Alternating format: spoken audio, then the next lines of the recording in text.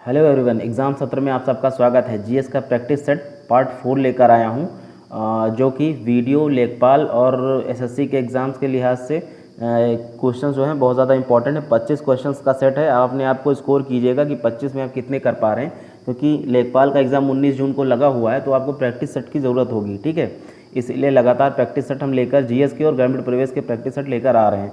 इसकी पीडीएफ आपको Telegram group में एग्ज़ाम सत्र के नाम से मिल जाएगी और उसका लिंक हम डिस्क्रिप्शन में डाल देंगे, वहाँ से आप ग्रुप ज्वाइन कर सकते हैं। ओके, तो क्वेश्चंस को ज़्यादा एक्सप्लेन नहीं करेंगे, ठीक है, थोड़ा थोड़ा एक्सप्लेन करके आगे बढ़ जाएंगे, नहीं तो वीडियो बहुत ज़्यादा लंबी हो जाएगी। ओके, देर न करते हुए स्टार्ट करते हैं आज का पहला question, GS practice set part 4। ठीक है, आज का पहला क्वेश्चन है, कलिंग के विरुद्ध अशोक के अभियान की जानकारी का मुख्य स्रोत निम्नलिखित में से क्या है? कलिंग के विरुद्ध अशोक के अभियान की जानकारी का मुख्य स्रोत निम्नलिखित में से क्या है?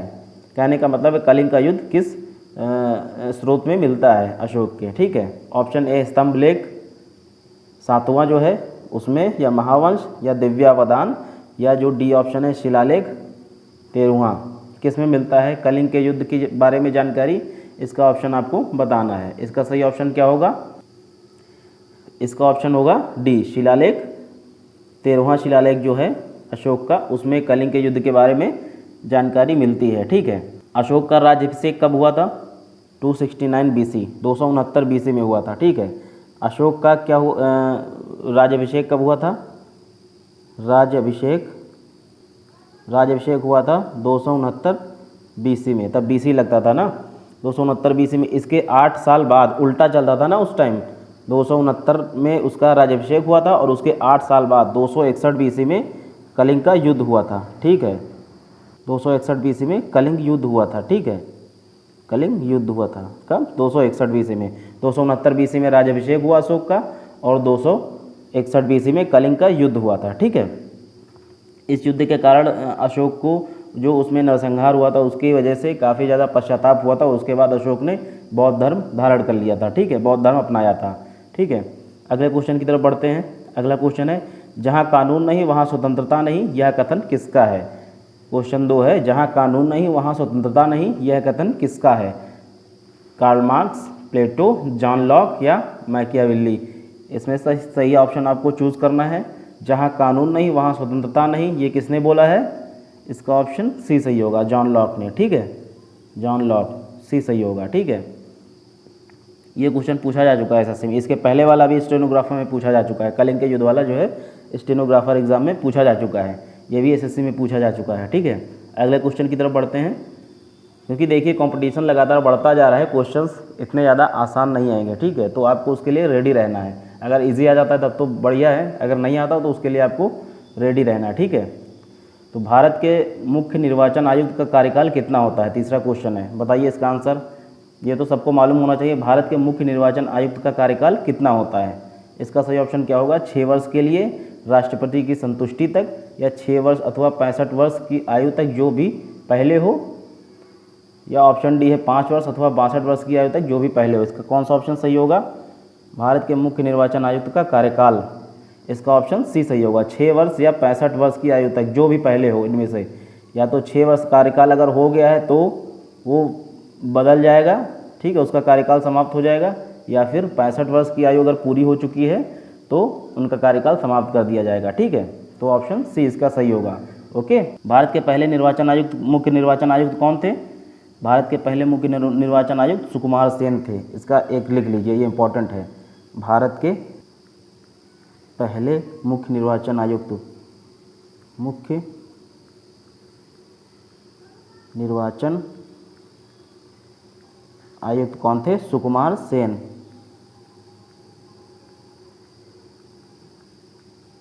ठीक है, भारत के पहले मुख्य निर्वाचन आयुक्त कौन थे? सुकुमार सेन। ये कब हुए थे? 21 मार्च 1950 को। ठीक है, कब हुए थे? 21 मार्च 1950 को। ओके, ये 8 साल तक के रहे थे। वर्तमान में कौन है? वर्तमान में मुख्य निर्वाचन आयुक्त कौन है? वर्तमान में है राजीव कुमार। ठीक है, अभी रिसेंटली बने हैं। ठीक है, 15 मई को ही रिसेंटली बने हैं मुख्य निर्वाचन आयुक्त वर्तमान में राजीव कुमार। और भारत के पहले मुख्य निर्वाचन आयुक्त सुकुमार सेन। तो मुख्य निर्वाचन आयुक्त का कार्यकाल 6 वर्ष अथवा 65 वर्ष की आयु तक, जो भी पहले हो। ओके, अगले क्वेश्चन की तरफ बढ़ते हैं। चौथा क्वेश्चन है आज का, भारत में कॉलेजियम व्यवस्था सर्वप्रथम लागू की गई थी? कार्यपालिका में, न्यायपालिका में, विधायिका में, केंद्र राज्य संबंध में? इसका ऑप्शन कौन सा होगा? भारत में कॉलेजियम व्यवस्था सर्वप्रथम लागू की गई थी। कौन सा ऑप्शन सही होगा इसका? इसका ऑप्शन बी सही होगा, न्यायपालिका में। ठीक है, ऑप्शन बी सही होगा, न्यायपालिका में। ओके, कॉलेजियम व्यवस्था क्या होती है? ये जजेस की नियुक्ति होती या फिर स्थानांतरण इसी प्रणाली के थ्रू होता है। ठीक है, जज की मतलब न्यायाधीशों की नियुक्ति अथवा स्थानांतरण की एक प्रणाली है कॉलेजियम व्यवस्था। ओके, अगले क्वेश्चन की तरफ बढ़ते हैं। पांचवा क्वेश्चन है आज का, सर्वोच्च न्यायालय ने निजता के अधिकार को संविधान के किस अनुच्छेद में रखा है? अच्छा क्वेश्चन है, UPSSC के किसी भी एग्जाम के हिसाब से इंपॉर्टेंट क्वेश्चन है। सर्वोच्च न्यायालय ने निजता के अधिकार को संविधान के किस अनुच्छेद में रखा है? इसका कौन सा ऑप्शन सही होगा? ऑप्शन ए अनुच्छेद 19, ऑप्शन बी अनुच्छेद 14, ऑप्शन सी अनुच्छेद 20 या ऑप्शन डी अनुच्छेद 21? कौन सा ऑप्शन सही होगा इसका? ऑप्शन डी अनुच्छेद 21। ठीक है, निजता के अधिकार को सर्वोच्च न्यायालय ने अनुच्छेद 21 में रखा है। ठीक है, 2017 में निजता के अधिकार को रखा था। ठीक है, इसमें क्या जीवन के अधिकार के घटक के रूप में निजता के अधिकार को रखा गया है। 2017 में रखा था। ठीक है, 2017 में रखा गया है। ये जीवन के अधिकार के घटक के रूप में रखा गया है निजता का अधिकार। ओके, तो ऑप्शन डी सही होगा, अनुच्छेद 21 में। अगले क्वेश्चन की तरफ बढ़ते हैं। छठवां क्वेश्चन, निम्नलिखित में से किस क्रांतिकारी की फांसी गोरखपुर जेल में हुई थी? इसका ऑप्शन क्या होगा? UPSSC के हिसाब से इंपॉर्टेंट, निम्नलिखित में से किस क्रांतिकारी की फांसी गोरखपुर जेल में हुई थी? राम प्रसाद बिस्मिल, राजेंद्र लहरी, रोशन सिंह या अशफाक उल्ला खां? किसको फांसी गोरखपुर जेल में हुई थी? इसका ऑप्शन ए सही होगा, राम प्रसाद बिस्मिल। ठीक है, राम प्रसाद बिस्मिल को गोरखपुर जेल में फांसी हुई थी। ओके, अगले क्वेश्चन की तरफ बढ़ते हैं। कंपिल महोत्सव उत्तर प्रदेश के किस जिले में होता है? कंपिल महोत्सव उत्तर प्रदेश के किस जिले में होता है? इसका ऑप्शन क्या होगा? महोबा, फर्रुखाबाद, इटावा या सिद्धार्थनगर? कंपिल महोत्सव उत्तर प्रदेश के किस जिले में होता है? कंपिल महोत्सव उत्तर प्रदेश के फर्रुखाबाद जिले में होता है। ठीक है, ये एक जैन मेला है। ठीक है, जैन मेला है, जैन मेला है। ठीक है, कंपिल महोत्सव क्या है? एक जैन मेला है। अगले क्वेश्चन की तरफ बढ़ते हैं। अगला क्वेश्चन है, गंगूबाई हंगल किस घराने से संबंधित हैं? ये UPSSC के क्वेश्चंस हैं, 2-3 जो अभी देखा है आपने, UPSSC के हिसाब से इंपॉर्टेंट क्वेश्चंस हैं। गंगूबाई हंगल किस घराने से संबंधित हैं? गंगूबाई हंगल जो हैं आगरा घराने से हैं, अतरौली घराने से हैं, या रामपुर घराने से, या किराना घराने से? किस घराने से हैं गंगूबाई हंगल? गंगूबाई हंगल जो हैं ऑप्शन डी किराना घराने से हैं। ठीक है, किराना घराने से। ये कहाँ पड़ता है? ये शामली ज़िले में। ठीक है, किराना घराना ये शामली जिला, शामली में। ठीक है, किराना घराना कहाँ पड़ता है? शामली में। ठीक है, इन्हें पद्म पुरस्कार भी मिले हैं, पद्म विभूषण, पद्म भूषण पुरस्कार भी इन्हें मिल चुके हैं, साहित्य अकादमी पुरस्कार, ये सब गंगूबाई हंगल को मिल चुके हैं। ठीक है, ओके, अगले क्वेश्चन की तरफ बढ़ते हैं। 9वां क्वेश्चन, निम्नलिखित में से कौन मुद्रास्फीति के नियंत्रण की विधि नहीं है? निम्नलिखित में से कौन मुद्रास्फीति के नियंत्रण की विधि नहीं है? मांग पर नियंत्रण, मुद्रा की पूर्ति पर नियंत्रण, ब्याज दर में कमी, या वस्तुओं की राशनिंग? कौन सा ऑप्शन? राशनिंग मतलब क्या होता है? वस्तुओं की जो आपूर्ति एवं मांग है उसमें कृत्रिम नियंत्रण जो लगाया जाता है उसे राशनिंग कहते हैं। ठीक है, तो इसका कौन सा ऑप्शन सही होगा? निम्नलिखित में से कौन मुद्रास्फीति के नियंत्रण की विधि नहीं है? इसका ऑप्शन सी सही होगा। ठीक है, ब्याज दर में कमी। ठीक है, ब्याज दर में कमी जो है इसका ऑप्शन सही होगा। ठीक है, अगले क्वेश्चन की तरफ बढ़ते हैं। 10वां क्वेश्चन है, हाल ही में टेबल टेनिस की खिलाड़ी को एडिडास के ब्रांड एम्बेसडर के रूप में नियुक्त किया गया। कौन है? हाल ही में किस टेबल टेनिस के खिलाड़ी को एडिडास के ब्रांड एम्बेसडर के रूप में नियुक्त किया गया? Option A Manika Batra, option B Sharath Kamal, option C Kamlesh Mehta, या ऑप्शन डी अंकिता दास? कौन सा ऑप्शन सही होगा इसका? Option A Manika Batra. ठीक है, मनिका बत्रा को एडिडास के ब्रांड एम्बेसडर के रूप में नियुक्त किया गया। ठीक है, टेबल टेनिस खिलाड़ी हैं, ये भी पूछा जा सकता है मनिका बत्रा किस खेल से संबंधित हैं? आपको 4 खेल दे दिए जाएंगे। मनिका बत्रा टेबल टेनिस की खिलाड़ी हैं। ठीक है, अगले क्वेश्चन की तरफ बढ़ते हैं। आज का है 11वां क्वेश्चन, निम्नलिखित में से किसने सबसे शक्तिशाली सुपर कंप्यूटर में से एक परम प्रवेगा चालू किया? निम्नलिखित में से किसने सबसे शक्तिशाली सुपर कंप्यूटर में से एक परम प्रवेगा चालू किया? Option A IIT Kolkata, option B IISc Bengaluru, option C IIT Kanpur या ऑप्शन डी आईआईटी दिल्ली। सही ऑप्शन बताइए क्या होगा? इसका ऑप्शन बी सही होगा। ठीक, आईआईएससी बेंगलुरु। ठीक है, आईआईएससी बेंगलुरु परम प्रवेगा सुपर कंप्यूटर है। ठीक है, भारत का पहला सुपर कंप्यूटर क्या था? भारत का पहला सुपर कंप्यूटर कौन सा था? परम 8000। ठीक है, भारत का पहला सुपर कंप्यूटर परम 8000 था। ठीक है, 64 सीपीयू थे इसमें। ठीक है, इसमें ये जो है CDEC के द्वारा 1990 में बनाया गया था और 1991 में इसका अनावरण मतलब चालू किया गया था परम 8000 को। ठीक है, ओके, भारत का पहला सुपर कंप्यूटर परम 8000। ठीक है, और ये परम प्रवेगा किसने चालू किया? आईआईएससी बेंगलुरु। ठीक है, अगले क्वेश्चन की तरफ बढ़ते हैं। अगला क्वेश्चन, निम्न में से कौन सी श्रेणी भारत में स्थित है? निम्न में से कौन सी श्रेणी भारत में स्थित है? ज्योग्राफी का क्वेश्चन है। अराकान योमा, सुलेमान, साल्ट रेंज या पीर पंजाल। ये आप सबको मालूम होगा, इजी क्वेश्चन है, सबने सुना होगा। अगर थोड़ा सा भी ज्योग्राफी पढ़ी होगी पहाड़ों और नदियों के बारे में तो ये क्वेश्चन कर ले जाएगा।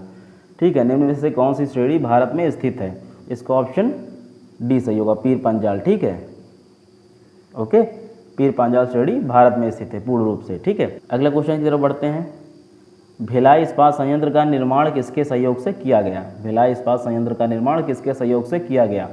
जर्मनी, सोवियत संघ, यूनाइटेड किंगडम या जापान। कौन सा ऑप्शन सही होगा इसका? भिलाई इस्पात संयंत्र किसके सहयोग से उसका निर्माण किया गया? इसका कौन सा ऑप्शन सही होगा? Option B. ठीक है, सोवियत संघ के सहयोग से भिलाई इस्पात संयंत्र का निर्माण किया गया। भिलाई इस्पात संयंत्र ये कहाँ पे है? आप लोग को मालूम होना चाहिए, ये छत्तीसगढ़ में है। ठीक है, स्टील का कारखाना है, छत्तीसगढ़ में भिलाई इस्पात संयंत्र। ठीक है, ये छत्तीसगढ़ में है। 1951 में इसकी स्थापना की गई थी, स्थापना 1951 में। ठीक है, भिलाई इस्पात संयंत्र छत्तीसगढ़ में, स्थापना 1951 में सोवियत संघ के सहयोग से भिलाई इस्पात संयंत्र का निर्माण किया गया था। ओके, 13वां क्वेश्चन हो गया है। बस इतना एक्सप्लेन करेंगे, बहुत ज़्यादा एक्सप्लेन नहीं करेंगे तो वीडियो तो बहुत ज़्यादा लंबी हो जाएगी। अगले क्वेश्चन की तरफ बढ़ते हैं। 14वां क्वेश्चन है, विश्व में सबसे ऊंचा गुरुत्व बांध कौन सा है? विश्व में सबसे ऊंचा गुरुत्व बांध कौन सा है? सही क्वेश्चन है, आंसर कीजिए इसका। विश्व में सबसे ऊंचा गुरुत्व बांध कौन सा है? ऑप्शन ए रिहंद बांध, ऑप्शन बी कोयना बांध, ऑप्शन सी भाखड़ा बांध या ऑप्शन डी नागार्जुन बांध। सही ऑप्शन क्या होगा इसका? ऑप्शन सी भाखड़ा बांध। ठीक है, भाखड़ा बांध जो है विश्व में सबसे ऊंचा गुरुत्व बांध है। ठीक है, ये हिमाचल प्रदेश के बिलासपुर जिले में है। ठीक है, कहाँ पर है ये? हिमाचल प्रदेश के हिमाचल प्रदेश के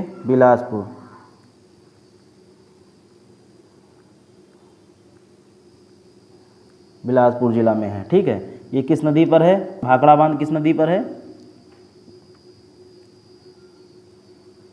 आप सबको पता होना चाहिए, ये किस नदी पर है? भाखड़ा बांध किस नदी पर है? सतलज नदी पर। ठीक है, सतलज नदी पर है। ये कब बन के तैयार हुआ था? 1963 में।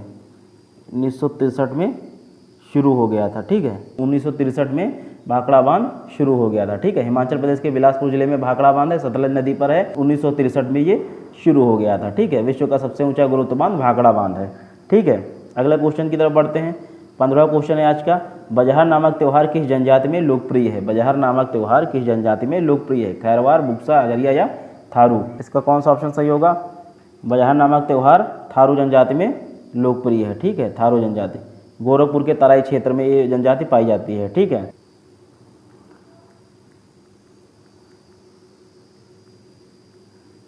गोरखपुर के तराई क्षेत्र में थारू जनजाति पाई जाती है। ठीक है, बजहर नामक त्यौहार थारू जनजाति में लोकप्रिय है। अगले क्वेश्चन की तरफ बढ़ते हैं।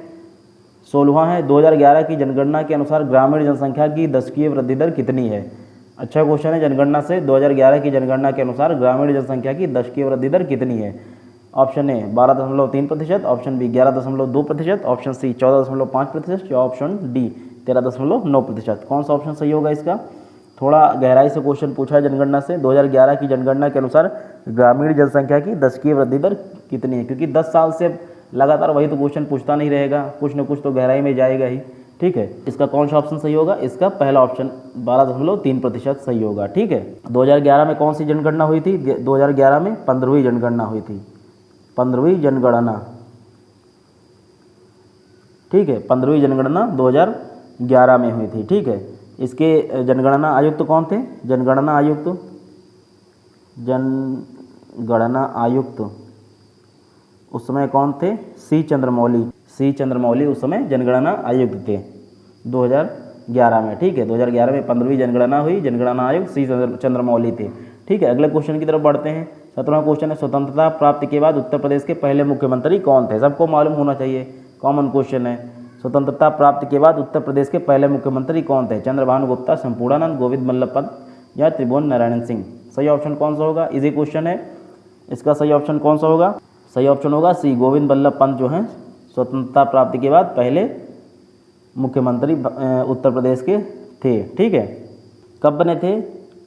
26 जनवरी 1950 को,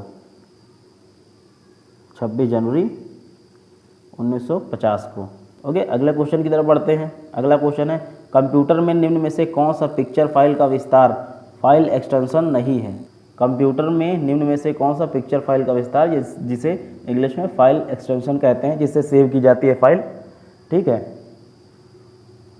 वो नहीं है? .jpeg, .png, .gif या .mdb? कौन सा ऑप्शन सही होगा इसका? इसका ऑप्शन डी सही होगा। .mdb जो है ये पिक्चर फाइल का फाइल एक्सटेंशन नहीं है, ये डेटाबेस का है। ठीक है, डेटाबेस का, माइक्रोसॉफ्ट एक्सेस के डेटाबेस का है। ठीक है। अगले क्वेश्चन की तरफ बढ़ते हैं। कंप्यूटर के क्वेश्चन पूछेगा लेखपाल में। गुरु नानक ने अपना उत्तराधिकारी किसे बनाया था? अच्छा क्वेश्चन है, गुरु नानक ने अपना उत्तराधिकारी किसे बनाया था? गुरु अंगद को, गुरु रामदास को, गुरु अर्जुन देव को या गुरु हरगोविंद को? किसे बनाया था गुरु नानक ने अपना उत्तराधिकारी? ऑप्शन ए सही होगा। ठीक है, गुरु अंगद को गुरु नानक जी ने अपना उत्तराधिकारी बनाया था। ओके। सबसे आखिरी गुरु कौन थे? गुरु गोविंद सिंह, सबसे आखिरी गुरु। 10वें गुरु कौन थे? 10वें गुरु थे गोविंद सिंह, गुरु गोविंद सिंह, गुरु गोविंद सिंह। ठीक है। 10वें गुरु कौन थे? गुरु गोविंद सिंह। और जहांगीर ने किसे मरवाया था? अर्जुन देव को। और औरंगजेब ने किसको मरवाया था? तेग बहादुर को। ठीक है। तो 10वें गुरु कौन थे? गुरु गोविंद सिंह। ठीक है। गुरु नानक ने अपना उत्तराधिकारी किसे बनाया? गुरु अंगद को। और सबसे आखिरी गुरु यानी कि 10वें गुरु कौन थे? गुरु गोविंद सिंह। ठीक है। और जहांगीर ने किस गुरु को मरवाया था? अर्जुन देव को मरवाया था। और औरंगजेब ने किस गुरु को मरवाया था? तेग बहादुर को मरवाया था। ठीक है। ये सब चीज़ें, छोटी छोटी चीज़ें आप याद रखिएगा। ओके। अगले क्वेश्चन की तरफ बढ़ते हैं। 20वां क्वेश्चन है, बर्फ़ को बुरादे में पैक क्यों किया जाता है? साइंस का क्वेश्चन है, बर्फ़ को बुरादे में पैक क्यों किया जाता है? बुरादा आसानी से पिघलने देता है या बुरादा ऊष्मा का यहाँ पे ऊष्मा सही कर लीजिएगा। ठीक है। ओके, ये ऊष्मा सही कर लीजिएगा। बुरादा ऊष्मा का कुचालक होता है या बुरादा ऊष्मा का सुचालक होता है या बुरादा बर्फ से चिपकता नहीं? कौन सा ऑप्शन सही होगा? ऑप्शन बी सही होगा। ठीक है, ऑप्शन बी, बुरादा ऊष्मा का कुचालक होता है, इसीलिए जल्दी बर्फ़ पिघलती नहीं है। ठीक है, इसीलिए बर्फ़ को बुरादे में पैक कर दिया जाता है ताकि पिघले ना जल्दी। अगले क्वेश्चन की तरफ बढ़ते हैं। 21वां क्वेश्चन है, वाहन के पीछे से आने वाली वस्तुओं को देखने के लिए किसका प्रयोग किया जाता है? वाहन के पीछे से आने वाली वस्तुओं को देखने के लिए किसका प्रयोग किया जाता है? अवतल लेंस, उत्तल लेंस, उत्तल दर्पण या अवतल दर्पण? इसका कौन सा ऑप्शन सही होगा? ऑप्शन सी सही होगा, उत्तल दर्पण का प्रयोग किया जाता है। ठीक है, ताकि चीज़ को जितनी दूरी पे कोई चीज़ है उससे नज़दीक में और उत्तल दर्पण चीज़ को दिखाता है।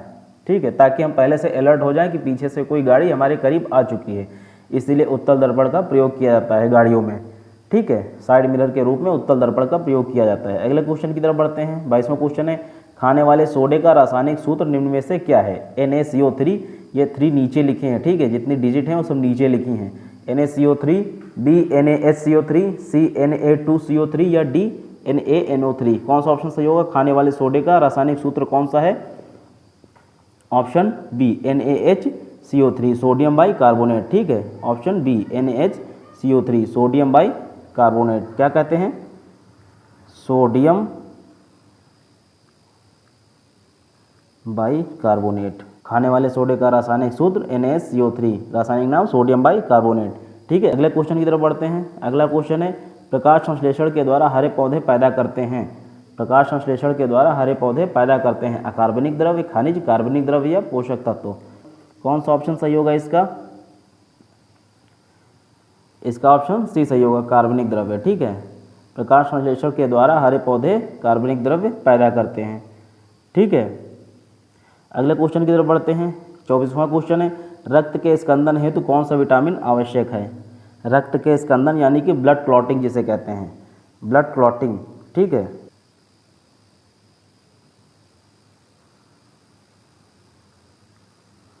ब्लड क्लॉटिंग जिसे कहते हैं, रक्त के स्कंदन हेतु कौन सा विटामिन आवश्यक है? Vitamin B, vitamin C, vitamin K, vitamin E. कौन सा ऑप्शन सही होगा इसका? रक्त के स्कंदन यानी कि ब्लड क्लॉटिंग के लिए कौन सा विटामिन आवश्यक है? विटामिन के। ठीक है, विटामिन के, इसका ऑप्शन सी सही होगा। विटामिन के ब्लड क्लॉटिंग के लिए आवश्यक है। इसका नाम क्या है? फ्लिक्वोनॉन। इसका नाम क्या है अगर देखा जाए? फ्लिक्वोनॉन। ठीक है, इसका रासायनिक नाम क्या है? फ्लिक्वोनॉन। विटामिन बी का रासायनिक नाम क्या है? थायमिन। विटामिन बी का रासायनिक नाम थायमिन। विटामिन सी का स्कॉर्बिक एसिड, विटामिन सी का स्कॉर्बिक एसिड, स्कॉर्बिक एसिड। और विटामिन ई का टोकोफेरॉल। विटामिन ई का टोकोफेरॉल। ठीक है, तो ब्लड क्लॉटिंग के लिए कौन सा विटामिन आवश्यक है? विटामिन के। आपको सब जितने विटामिन हैं चारों के रासायनिक नाम बता दिए। ठीक है, अगले क्वेश्चन की तरफ बढ़ते हैं। 25वां और लास्ट क्वेश्चन है आज का। हाल ही में हुनर हाट के 41वें संस्करण का उद्घाटन कहाँ हुआ? करंट अफेयर से क्वेश्चन है। हाल ही में हुनर हाट के 41वें संस्करण का उद्घाटन कहाँ पर हुआ? आगरा, नई दिल्ली, इंदौर या जयपुर? इसका सही ऑप्शन बताइए, कौन सा ऑप्शन सही होगा? हाल ही में हुनर हाट के 41वें संस्करण का उद्घाटन अपने आगरा में हुआ था। ठीक है, ऑप्शन ए सही होगा। ठीक है, अपने आगरा में। ठीक है, करंट अफेयर का क्वेश्चन है। करंट अफेयर से भी 2-3 क्वेश्चन जरूर पूछेगा 25 में से लेखपाल में। ठीक है, तैयार रहिएगा उसके लिए। जल्दी हम करंट अफेयर के 50 क्वेश्चन जो मोस्ट इंपॉर्टेंट क्वेश्चन हैं वो लेकर आएंगे जल्दी ही। ठीक है, तो वीडियो में आज इतने ही क्वेश्चन थे। 25 आप अपने आप को स्कोर कीजिए, 25 में से कितने ला पा रहे हैं। ठीक है, 25 में से आपको अपने आप को अगर 20-21 ले रहे हैं तो ये मान के चलिए जीएस आपकी अच्छी चल रही है। ठीक है, तैयारी आपकी सही है।